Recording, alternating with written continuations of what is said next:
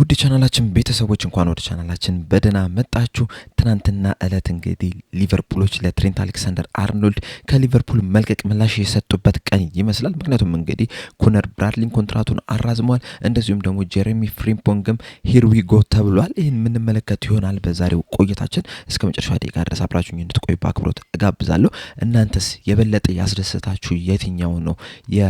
ብራድሊ ኮንትራቱን ማራዘም ወይስ የጀረሚ ፍሪምፖንግ ወደ ሊቨርፑል ለመምጣት ሂርዊጎ መባሉ ነው የሚለውን ኮሜንት ሴክሽን ላይ በመጻፍ አሳውቁኝ። እንደዚሁም ሰብስክራይብ፣ ላይክ፣ ሼር እያደረጋችሁ የቻናሉ ቤተሰብ እንድትሆኑ በአክብሮት እጠይቃለሁ። አሁን ወደ ያስኩላችሁ ጉዳይ በቀጥታ እገባለሁ። አብራችሁኝ ቆዩ። በመጀመሪያም የምንመለከተው እንግዲህ የኮነር ብራድሊን ይሆናል። ኮነር ብራድሊ እንግዲህ ለደ ሊቨርፑል አካዳሚ ክለብ 2019 ላይ ነበረ መቀላቀል እየቻለው። ከዛ በኋላም እንግዲህ የተለያዩ እድሎችን እየተሰጠው ለሊቨርፑልም ሲጫወት ነበር። በተለይ ደግሞ አምናና ዘንድሮ እንግዲህ የተሻለ የመጫወቻ እድል ተሰጥቶት እንግዲህ ሲጫወት ተመልክተን ዘንድሮም እንግዲህ ተሰልፎ በተጫወተባቸው ጨዋታዎች ምን ያህል አቅም እንዳለው ኳሊቲ ያለው ተጫዋች እንደሆነ ለሊቨርፑልም እንግዲህ ለቀጣይ አመታት ወሳኝ ተጫዋች መሆን እንደሚችል ተመልክተናል። በተለይ ደግሞ ሊቨርፑል ከሪያል ማድሪድ ጋር ባደረገው ጨዋታ እንግዲህ ምን አይነት ተጫዋች እንደሆነ የተመለከትንበት ይመስለኛል። በተለይ ደግሞ ምባፔን ያስጣለበት መንገድ ሁላችንም የምናስታውሰው ነው የሚመስለኝና ይህ ተጫዋች እንግዲህ በሊቨርፑል መቆየቱ ለሊቨርፑል በጣም ትልቅ ነገር ነው። በተለይ ደግሞ ቅድም እንደነገርኳችሁ ትሬንት አሌክሳንደር አርኖልድ ከሊቨርፑል መልቀቁን ተከትሎ የዚህ ተጫዋች በሊቨርፑል መቆየት ለሊቨርፑል እንግዲህ ትልቅ እፎይታ ነው የሚሆነው።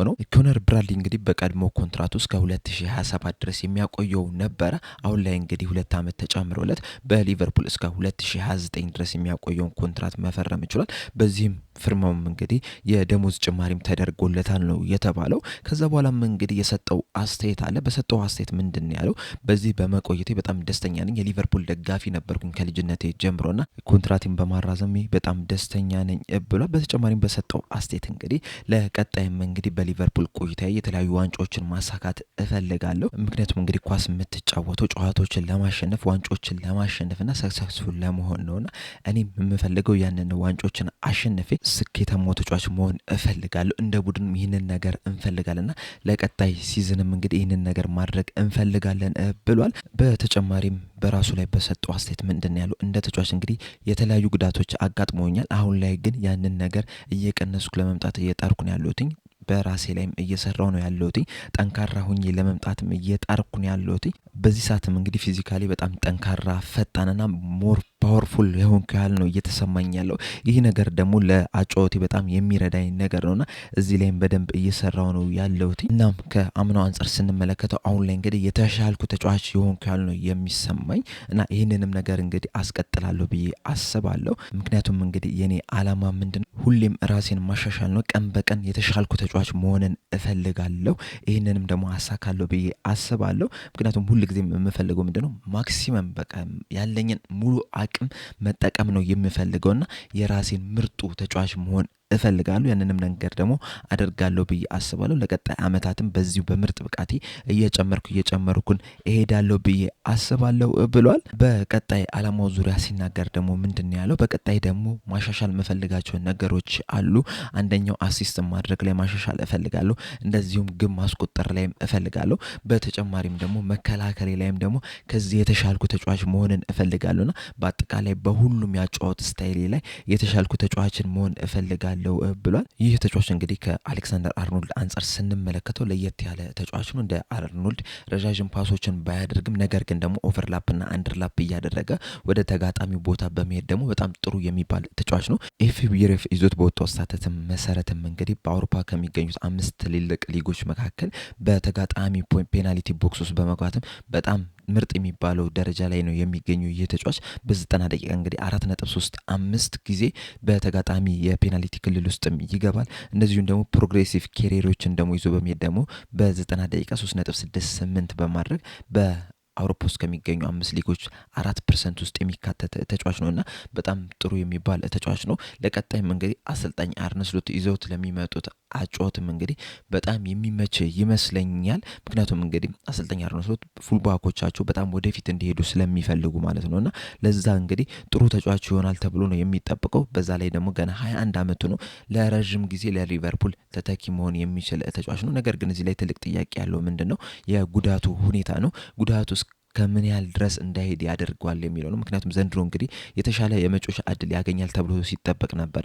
ነገር ግን በጉዳት ምክንያት እንግዲህ ያንን የመጮሻ እድል አላገኘም። ከጉዳት ነፃ የሚሆን ከሆነ ግን በጣም ድንቅ ተጫዋች ነው። በጣም ለሊቨርፑል መጥቀም የሚችል ተጫዋች ነው። ለየት ያለ አይነት አጮት ያለው ተጫዋች ነው።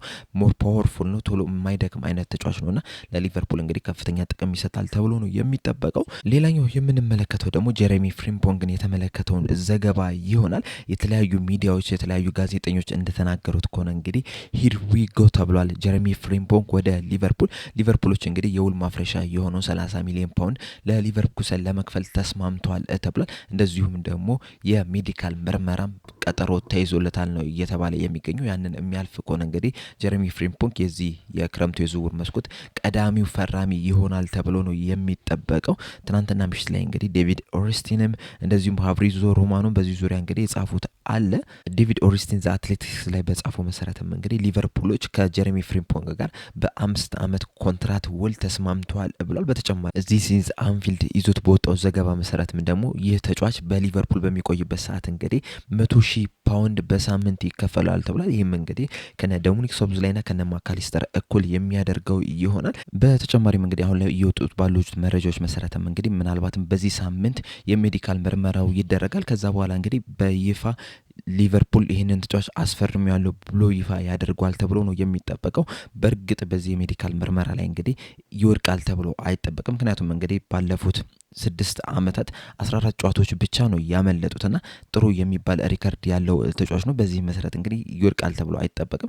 ስለዚህም እንግዲህ የጊዜ ጉዳይ ነው እንጂ ይህ ተጫዋች ለሊቨርፑል በይፋ የሚፈርም ይሆናል። ከዛ በኋላ እንግዲህ ጁላይ አካባቢ ሊቨርፑልን ለቅድመ ውድድር ዝግጅት ይቀላቀላል ተብሎ ነው የሚጠበቀው። ነገር ግን ሊቨርፑል ከመቀላቀሉ በፊት እንግዲህ ከሊቨርፑል ተጫዋቾች ጋር የሚገናኝ ይሆናል። ምክንያቱም እንግዲህ ኔዘርላንድ ለዓለም ዋንጫ ለማለፍ የምታደርገው የማጣሪያ ጨዋታ አለ ከማልትና ከፊንላንድ ጋርና ሮናልድ ኩማን እንግዲህ ይህንን ተጫዋች ላለፉት 2 ዓመታት ሲጠሩት ነበር። አሁንም ይጠሩታል ተብሎ ነው የሚጠበቀው። ስለዚህ በዛ ላይ የሚጠራ ከሆነ እንግዲህ ቨርጂል ቫን ዳይክ፣ ራያን ግራቨንበርችና ኮዲ ጋክፖን የሚያገኛቸው ይሆናል። የእነዚህ ተጫዋቾች እንግዲህ በሊቨርፑል መሆን ምናልባትም ሽግግሩን በጣም ቀላል ያደርግለታል ተብሎ ነው የሚጠበቀው።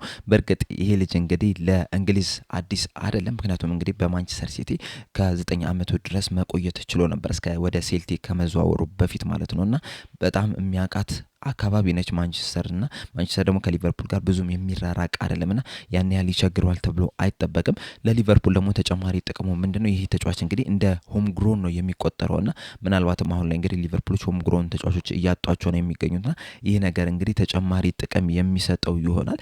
በተጨማሪም ግን ይህ ቨርሳታይል የሚባል ተጫዋች ነው። ከዚህ በፊት በደጋግመን እንዳነሳ ነው ከሆነ እንግዲህ በራይት ባክ፣ በራይት ዊንግ ባክ እንደዚሁም ደግሞ በራይት አታከር ቦታ ላይ መጮት የሚችል ተጫዋች ነውና ለሊቨርፑል እንግዲህ በጣም ቨርሳታይል የሚሆን በጣም ጥቅም የሚሰጥ ተጫዋች ነው የሚሆነውና ይህ ተጫዋች እንግዲህ በቅርቡ ሊቨርፑልን በይፋ የሚቀላቀል ይሆናል። ሂሩ ይጎ ተብሏል። ፋብሪዞ ሮማኖም እንግዲህ ለሊቨርፑል ለመፈረም ተስማምቷል። ሁሉ ነገር አልቋል።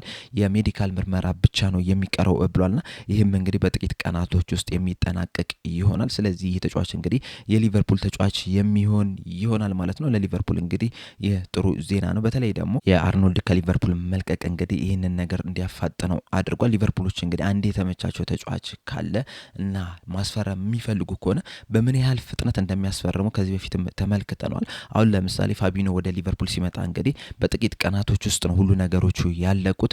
አሁንም እንግዲህ የፍሪምፖንግም እንደዛ ነው እየሆነ ያለው። የሳቡስላይም ራሱ በ3-4 ቀናቶች ውስጥ ያለቀ ጉዳይ ነው የሆነውና አንድ ተጫዋች ሲመለከቱ እንግዲህ በእንደዚህ አይነት ዲቴል ካዩት በኋላ ለማስፈረም እንግዲህ በጣም በፍጥነት ነው ሁሌም የሚሰሩትና አሁንም እንግዲህ በዘንድሮ ሲዝን የክረምቱ የዝውውር መስኮትን እንግዲህ በይፋ ጀምረውታል። ብለው እየጀመረው ያሉት ደግሞ በፍሪምፖንግ ነው። ከዛ በኋላም እንግዲህ የተለያዩ ተጫዋቾች ይመጣሉ ተብሎ ነው የሚጠበቀው። ምናልባት በትንሹ እስከ 3 ተጫዋች ከዚህ በኋላ ሊመጣ የሚችልበት ቻንስ አለና ይህንንም ነገር እንግዲህ በፍጥነት ይሰራሉ ተብሎ ነው የሚጠበቀው። ሪቻርዱ እንግዲህ በጣም ትልቅ ኃላፊነት ነው የተጣለበት። ምክንያቱም እንግዲህ ሊቨርፑሎች በዚህ ሰዓት እንግዲህ የተለያዩ ነገሮች ጎሎባቸዋል። በተጨማሪም ደግሞ የፕሪሚየር ሊጉ አሸናፊ እንደመሆናቸው መጠን እንግዲህ ይህንን ክብር አስጠብቀው መሄድ ይፈልጋሉና ይህንን ክብር ለማስጠበቅ ደግሞ የተለያዩ ተጫዋቾች መምጣት አለባቸው። ዝም ብሎ ተጫዋች ብቻ ሳይሆን ደግሞ ጥሩ ተጫዋቾች መምጣት አለባቸው። እነዚህ አይነት ጥሩ ተጫዋቾች ደግሞ በክለቦቻቸው እንደዚህ በቀላሉ ይለቀቃሉ ተብሎ አይጠበቅምና ያንን ነገር እንግዲህ ለመጨረስ በጣም ትልቅ ስራ አለበት። ነገር ግን ደግሞ ካጀማመሩ እንደተመለከትነው ጥሩ የዝውውር መስኮትን እናሳልፋለን ብዬ አስባለሁ። የእናንተ ሀሳብ ምንድነው የሚለውን ነገር ኮሜንት ሴክሽን ላይ በመጻፍ አሳውቁኝ። በቀጣይ በሌላ እስከምንገናኝ ድረስ እኔ እዚህ ላይ አበቃው። ሰብስክራይብ ላይ ሼር ማድረግ እንዳትረሱ። ቻው